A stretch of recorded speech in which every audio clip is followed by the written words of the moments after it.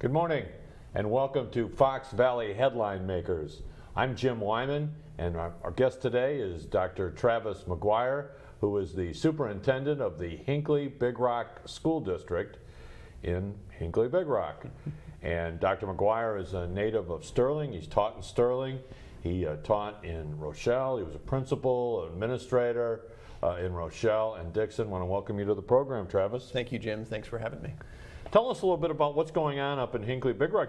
I'm surprised you're even here. You got to be getting ready to start school, right? Yes, things are definitely getting ramped up. We have new teachers coming tomorrow, and then we have on Monday and Tuesday, teachers will come for Institute Days, and students will be here on the 17th.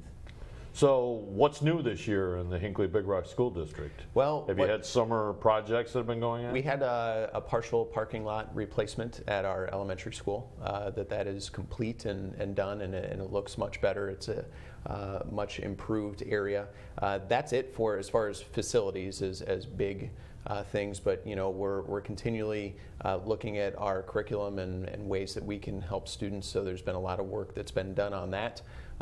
Actually, just things going on right now. Today we have freshman orientation that lasts until 2 o'clock. Tomorrow we have our 6th grade orientation at our middle school. I believe that runs from 8:30 to 11:30, and then elementary school we have supply drop-off on Monday at 3 o'clock. So there's a lot of stuff that, as you said, that's going on right now. Are there three schools in the district? Is that right? Big Rock Elementary, and then Hinckley Elementary, and then the high school. Is that how it works? We actually have the elementary school is for Hinckley and Big Rock, and that's in Hinckley. High school is in Hinckley, and then the middle school is in Big Rock.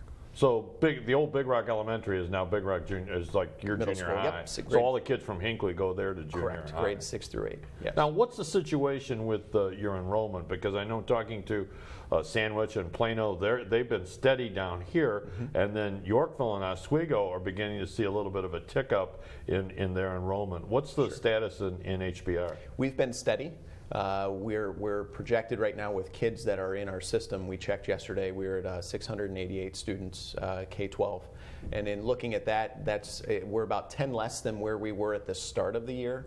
But as you know, being in education, there's always some that come in at the beginning of the school year. So we're right around where we were last year. What's the high school? Is the high school over 300 still? No, we're at about 230. Somewhere right around that number for our high school numbers. Because Hinckley, Big Rock, Samonac, and Serena were always the biggest schools in the Little Ten Conference, and I know Serena has slipped under 300, and I'm not sure where Samonac is. Do you anticipate that will go up? Is there any subdivisions, anything going to happen with enrollment? You know, Caneland has kind of held, well, they dropped, I guess, a little bit, sure, but they're so much bigger than you are, and they're a contiguous district with in Hinckley, Big Rock. Sure. There is a subdivision that is ready for building that's on the north side of Hinckley. And there's continual, there's building that pops up here and there, individual homes. So nothing besides that one subdivision where they're open to build. Other than that, there isn't any projected growth of coming in, but we do have students that move in at the beginning of the year, but nothing projected as we look out. It's kind of hard to plan for that, isn't it? I know Yes. what happened in Yorkville and Oswego and Plainfield and places like that during the housing boom. It was awful hard to plan for that, and it impacted the schools severely. Right. Well, and looking at before my time, I'm going into my 4th year at Hinckley-Big Rock. Before my time, I know they did studies and projections for growth. And I know that we're well suited we know what our capacity is and what that looks like. And there were some contingency plans made that if we did have growth, what that would look like. Obviously, we would need to revisit that if we had projected growth.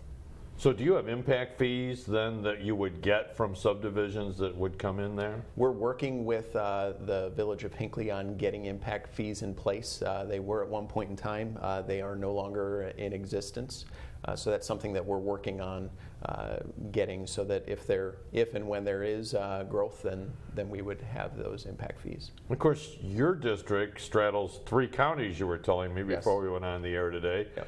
DeKalb County, I guess, do you have the most students coming out of DeKalb County? Yes, we have about, out of our 688, we have about 430 that are out of DeKalb County. and then Kane County, which is Big Rock is in, Yes. going towards Sugar Grove, and then just a little bit of Kendall County. So when you talk about Kane County, as far as growth goes, you're talking about the vanguard of growth in the Chicago area, where Yes. once everything picks up again, if it ever does, that's where it's going to come. Yes. Right in that area of what, between you and Sugar Grove. Yes. Yep. You are correct. So it's difficult, I imagine, to plan for things like that. But let's talk a little bit about what's going on at Hinckley-Big Rock High School. I know we had Hector Garcia on from Plano, the superintendent there, and he talked about he wanted all of his students to take advanced placement classes. Do you guys have advanced placement classes at Hinckley-Big Rock High School? Do you have dual credit classes with Waubonsie? Sure. What's the situation there? Sure. We do have AP classes that we offer. Actually, we are adding an AP class this year, AP Government. So we're happy to add that to our options for our students.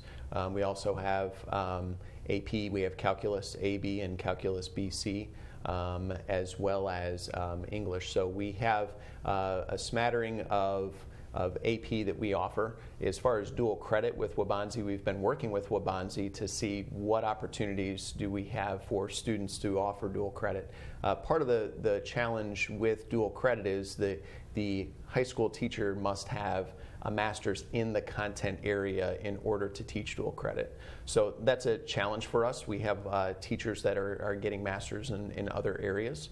So we just have a new collective bargaining agreement, and in that we have incentives for teachers to get their masters in a content area so that we can provide those opportunities for students.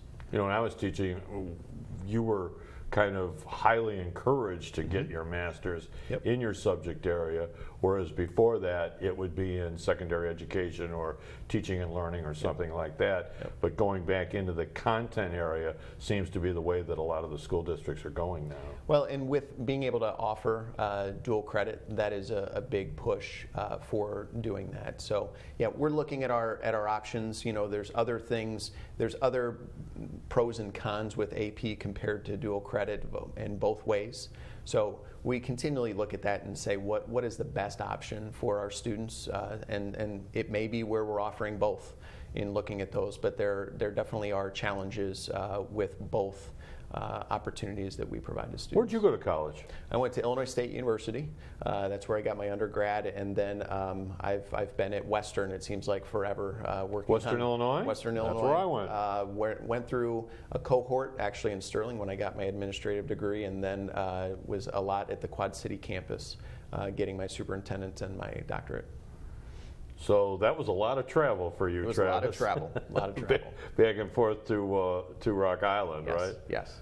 You know, the Hinckley-Big Rock School District is in an enviable position, though, with Waubonsie so close, and then when you go the other way, you're close to NIU. Yes. So it's really a great place for kids to start. I know I had two of your young ladies in my class at Waubonsie back in 2009 in my freshman composition class, English composition. They were the best students in the class. That's great to hear. Yeah, yeah. So, and you know, we talked about Hinckley-Big Rock all the time. You know, out to the west of you, you're starting to see some consolidation where, well, a long time ago, Shabana and Waterman consolidated into Indian Creek, and now I talked to Rich Favor out in Earlville recently, and they're talking with Pawpaw about the possibility of a consolidation. What's your board feel about possible consolidation? I guess it would be what, Indian Creek or Caneland or whatever, right? I can tell you in my tenure we haven't had those conversations, so I can't speak for what the board would feel on that. But we are continually looking for ways to work together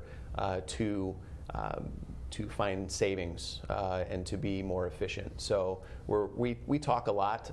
Talk with Indian Creek, talk with Somonauk, talk with Sandwich. You know, what are some ways that we can work together to find some maybe savings or be more efficient, whether it be sharing some employees, whether it be looking at getting into a cooperative with purchasing, a lot of different avenues that we discuss. It's difficult. I know Somonauk is doing some sending a Spanish teacher. I think they may be doing it online now or on some kind of a closed circuit television system with Leland, with having, because a smaller school district can't offer some of those foreign language classes. Right. Do you still offer foreign language at Hinckley-Big Rock? We do. We still offer Spanish. Okay. What about dual language? Yorkville, Oswego have dual language classes where a child starts kindergarten and the class is taught in Spanish. And then as the child moves through the school system, English gradually comes in. And it's the parents of the non-Hispanic students who are the ones who are lining up and trying to get into these classes because they want their children to have two languages. What about Hinckley-Big Rock? Are you doing anything like that? We are not. And what I find from my experiences is that typically districts that have that also have a strong ELL with transitional bilingual education offered. And so they're using that as a way to help students that are in the ELL program as well as benefit other students. So we don't have that as a need with our student population. But that is, there's a lot of schools that are doing it, and students are getting a great opportunity of learning a second language as they go through. We've been hearing all these horror stories as the budget impasse has been going on in Springfield, and I guess Streeter's the one that popped up a lot because the Streeter School District was talking about not being able to start the year unless that stopgap budget passed. What's the financial outlook at Hinckley-Big Rock School District? Our board has been very financially prudent in making decisions as far as when we pass the budget. I did a projection last spring to see where would we be if the state didn't have a budget, and we would have been okay to make it through the year. We don't receive, we have about a $12 million budget. We receive about $1.2 million from the state in total. So when we look at when we looked at that, we said, okay, what would we look at like with our low cash point in the year? And we would have been able to make it through the year. Obviously, it would have been a challenge. The unknown would have been, are we ever going to recoup that money from the state? Or there were a lot of unknowns when that was going on. But we're very thankful that the state passed the stopgap budget, and we'll continue to move forward. Now, you and I spoke after the stopgap budget was passed. You got some additional money from that, right? Yes, we received about $30,000 additional as compared to the previous school year. Now, is your board in favor of keeping a reserve fund? I know when I was teaching my school district up in Palatine and Schaumburg Townships in Cook County, that district had at one time a $47 million reserve, and some of the taxpayers would scream about it. They would say, well, this is too much to keep, you ought to operate, but it turned out later that reserve, they had to whittle that reserve down when there were state budget problems. Right. What's your situation? Right. We have about a $6 million reserve. Now, when you look at that, that doesn't mean that we have $6 million throughout the entire year. When we look at our cash flow, our low point, we're at about $2 million. So it's not, when people see the reserve, they need to remember it's not like we get a regular revenue stream. Our revenue stream is not regular. About 80% of our revenue is from our tax levy. And in looking at that, we don't get payments of that throughout the year. So that is something where, yes, there is a fine line there as what that looks like, but we've been able to keep programs and go through things to make good, sound decisions because of being able to have some flexibility with our balance. And you're in a situation like Sandwich where they have DeKalb, LaSalle, and Kendall counties, and LaSalle reassessed their properties. They changed their tax levy here 2 years ago, and it cut Sandwich's assessed valuation in LaSalle County, where Lake Holiday is, almost in half. And so I imagine it's tough for you too to deal with those different counties in assessing like that. Yes, it is a challenge, but I have a good relationship with the circuit clerk in each county. I talk with them and say, okay, what are we looking like? They do give projections. They are just that, they're projections. When the numbers come out, sometimes they're closer than others. So it's an amazing, the whole budgeting process is an amazing process because budgeting based off of a lot of unknowns. You know, for example, we have our tentative budget, which is on our website, and we'll be updating that for our August 24th board meeting when we pass our budget in September. But when I look at the second half of our revenue, I'm making assumptions because, again, 80% is from our levy. We haven't passed our levy yet. So the timing of budgeting and the revenue and all of those things in Illinois is it's tough to, it's like nailing down Jell-O. What do you think the future is, Travis, for the state, for the budgeting? Do you think that they're going to get everything squared away after the election? There's talk that they think they might be able to. I sure hope so. I know that I talk frequently with Representative Pritchard, and he does a great job of communicating and kind of letting us know where the state is at. I'm hopeful that they do that. You know, it would be nice if they would pass that before they are reelected or someone else comes in. It seems like they're just pushing it down the river and waiting for elections to occur. But I'm hopeful that they do. I know that there's, you know, the commission that they're looking at the funding of school districts and the formula, and I definitely believe that something needs to change with the funding formula. What that looks like, that's being discussed. Because the emphasis in a district like yours is on property taxes, right? Yes. It's the higher property taxes are funding the schools, where some downstate districts don't have those higher property taxes like they would have in these collar counties around Chicago. Correct. And part of the challenge, though, is with the state. You know, the foundation level is $6,119. That's what they have held for the last 8 years. So we're going into our 8th year where that level, it's called the Education Funding Advisory Board. They do studies to say what is an appropriate level to fund to have a good education for students. It's over $9,000.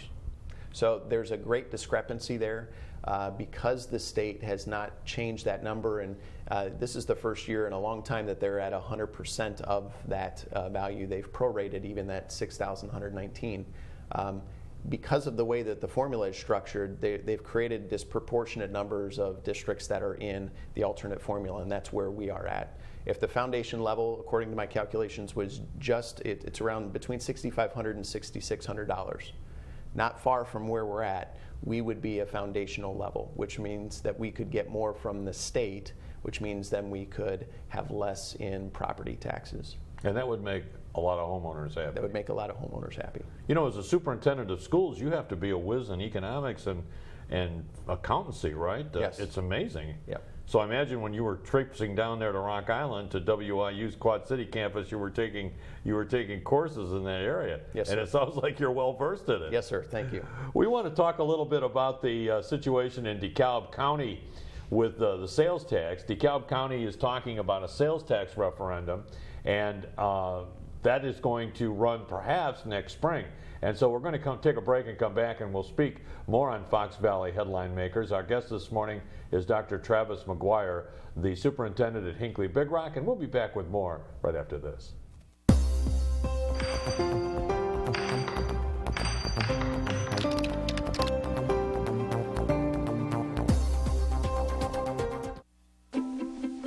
The color in my garden keeps the pink in my cheeks.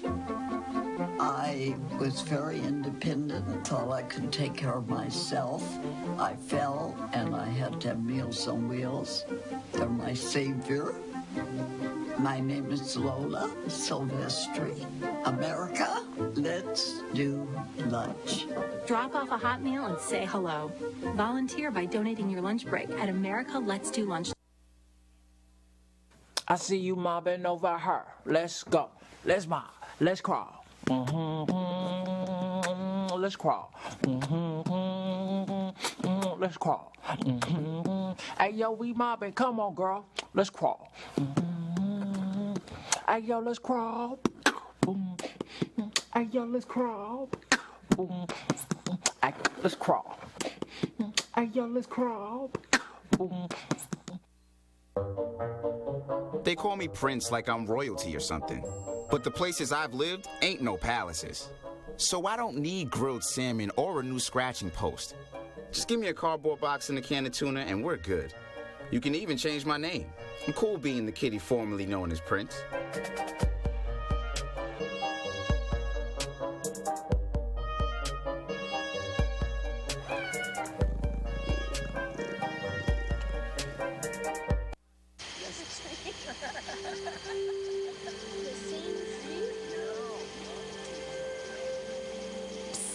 They're coming. Places, everybody. Light check. 1, 2, 1, 2. Everything looks good on our end. And lights. Come alive with the forest. Visit discovertheforest.org to find a forest near you.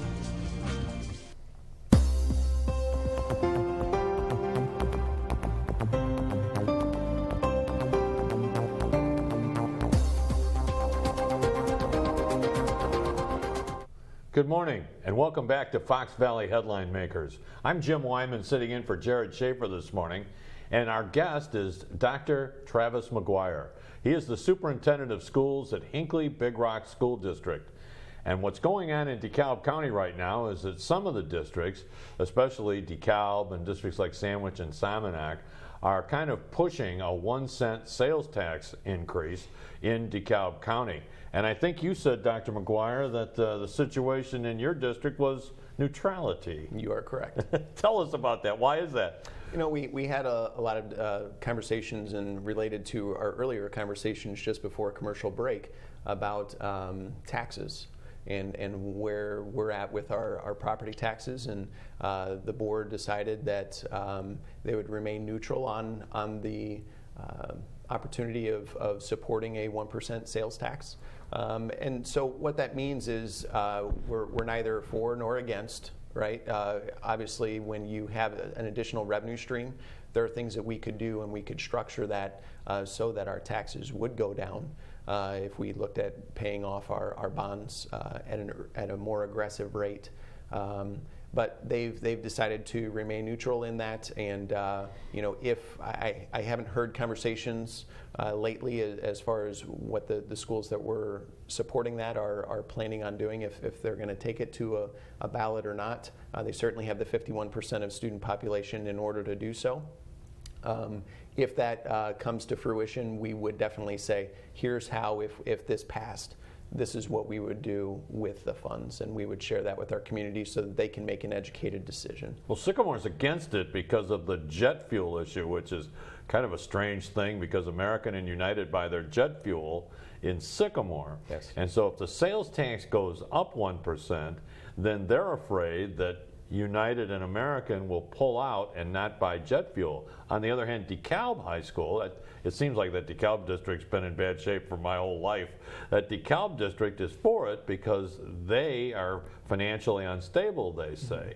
So, and then you are neutral, but Sandwich and Salmonac both are in favor of it. They, you know, and I can understand Sandwich's position because they lost so much money when LaSalle County did their reassessment. Sure, sure. So you come at it from a whole bunch of different angles. And you know, we have a house in Knox County in downstate Galesburg, and so they had the same situation down there. And I said to my wife, well, that thing doesn't have a snowball's chance and you know what to get passed. And they went out and the teachers pounded on doors and they ended up getting it passed. And you know, the money came in and Knoxville built a brand new high school and Galesburg High School built a field house. So, you know, with the uncertainty of state funding, I imagine something like that might be something that would make school districts a little more stable. Well, referencing our earlier conversations about the budgeting process, there aren't many things that are known commodities when it comes to our revenue stream. That we know for sure or for certain that, you know, this is where you're going to be. Even when the state gives us their predictions in our general state aid and with our categoricals, it doesn't mean that we're going to get all of that funding. So when we look at, sure, it would be nice to have a revenue stream where you know that that's going to come in. Again, it's dependent upon the sales tax, so it's not a known quantity every time, but it is more of a consistent revenue stream. The governor has said that he wants to change the pensions for teachers, and of course it already changed. There's a Tier 1 and a Tier 2 system now. And You know, the unions claim that if we do any more to reducing the pension for active teachers for their pensions when they retire, that you're going to have trouble attracting teachers. What's the situation now? I know there was a teacher glut here a few years ago. What's the situation now with teachers? Are you having trouble attracting teachers in specific areas like special ed or math or chemistry or things like that? Sure. Well, you know, there are certain areas that are always a challenge, even in those times when there was a surplus, if you will, of certified teachers. We definitely have seen a reduction in the number of applicants. But we're still finding quality applicants and filling with quality. We have a mantra in our admin team of hiring right. We do book studies, and so we read Monday Morning Leadership. It was a book that we read a couple years ago, and so we talk about that. Hiring right is extremely important, and if we don't find the right candidate, we're going to keep looking. We would bring in and have a sub fill that position if needed, if we didn't feel like we were hiring a quality candidate. So we're definitely seeing a reduction. Where we're seeing it more, you know, when there was a surplus, if you will, of certified teachers, is that our paraprofessionals, the number of applicants for those would be increased, and the pool actually would be a lot of certified teachers. So in looking at that, there definitely is, we've seen a difference in the number of applicants. We're still, though, finding quality applicants. So teachers working as aides. Correct. when there was a glut. Correct. And there certainly is, you know, when we look at more of the specialty areas in special education, there's challenges in filling those and finding. So we have to be creative in how are we going to meet the needs of students while finding a quality candidate. When Caneland had their labor impasse with the teachers a year ago, one of the issues up there was the fact that the teachers union claimed that many Caneland teachers were jumping, and it was an issue in Yorkville too during their labor impasse, that many teachers were jumping to the higher paying suburban districts from places like Caneland and Yorkville. Your district is right in that line with Caneland and Yorkville, yes. And I don't know what your salaries are compared to Caneland and Yorkville, but do you lose teachers to the suburbs, to places like the Glenbards and Napervilles and places like that? We do, but it's more family or traveling type of situations, and I do exit interviews with our staff that choose to go other places, and what I found typically, again in my 3 years of experience, is that they're leaving for family reasons, and sometimes they're going out of state. So our mobility rate is not, I wouldn't say high. You know, we have 2 teachers that we hired this year. So we're at a low out of 62. So we're at a low replacement number. We had 6 the previous year, but we had 5 retire. So in looking at that, we're not having exodus for seeking those higher paying. We talk a lot about that in our hiring process, and in that it's not always just about the dollar.